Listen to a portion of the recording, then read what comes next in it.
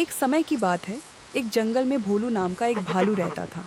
वह बहुत भूखा था और खाने की तलाश में इधर उधर घूम रहा था। अचानक उसे शहद की मीठी खुशबू आई।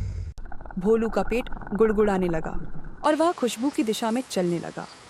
चलते चलते वह एक चट्टानी पहाड़ पर चढ़ गया। पहाड़ की चोटी पर उसने एक विशाल मधुमक्खी का छत्ता देखा। भोलू की लार टपकने लगी।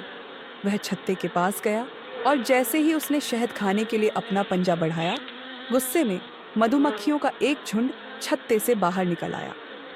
मधुमक्खियों ने भोलू पर हमला कर दिया और उसे बेरहमी से डंक मारा। भोलू दर्द से दहाड़ उठा। वह उग्र झुंड से बचने की कोशिश करते हुए पहाड़ से नीचे लुढ़क गया।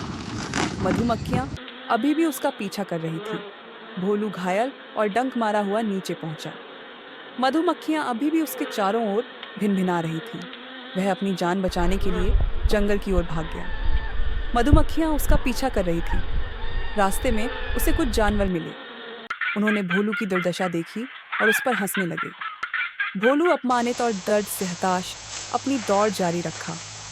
भागते भागते भोलू एक नदी के किनारे पहुंच गया।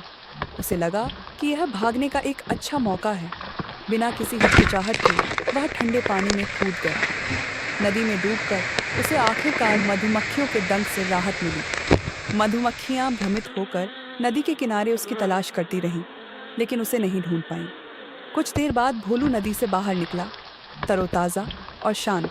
उसने अपने लालच और अपने कार्यों के परिणामों पर विचार किया। उसे अपनी गलती का एहसास हुआ।